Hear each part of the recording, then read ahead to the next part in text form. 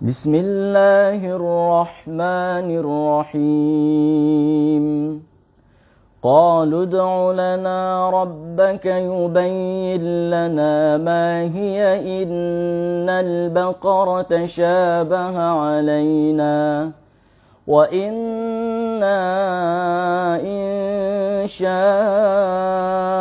الله لمهتدون قال إنه يقول إنها بقرة لا ذلول تثير الأرض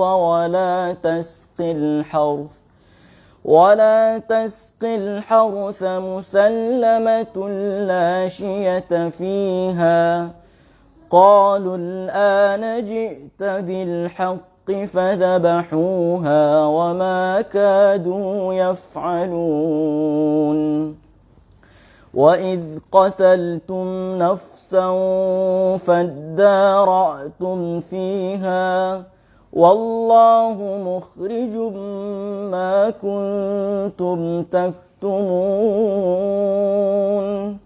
فقلنا اضربوه ببعضها كذلك يحيي الله الموتى ويريكم آياته لعلكم تعقلون ثم قست قلوبكم من بعد ذلك فهي كالحجارة أو أشد قسوة وإن من الحجارة لما يتفجر منه الأنهار وإن منها لما يشقق فيخرج منه الماء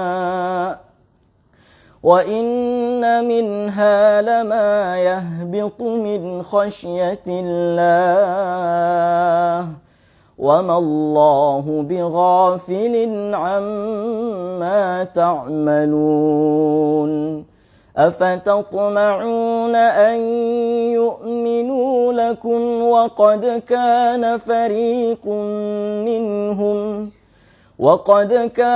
فريق منهم يسمعون كلام الله ثم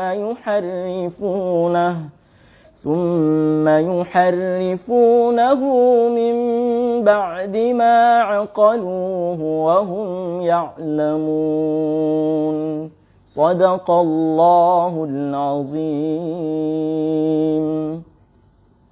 Alhamdulillah,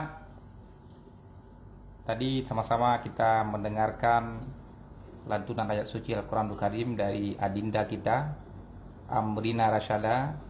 Amrina ini merupakan salah satu hafid yang sekarang alhamdulillah sudah menghafal 30 juz Al-Quranul Karim dan sedang melanjutkan pendidikan di Jakarta di Sekolah Tahfidz Al-Quran.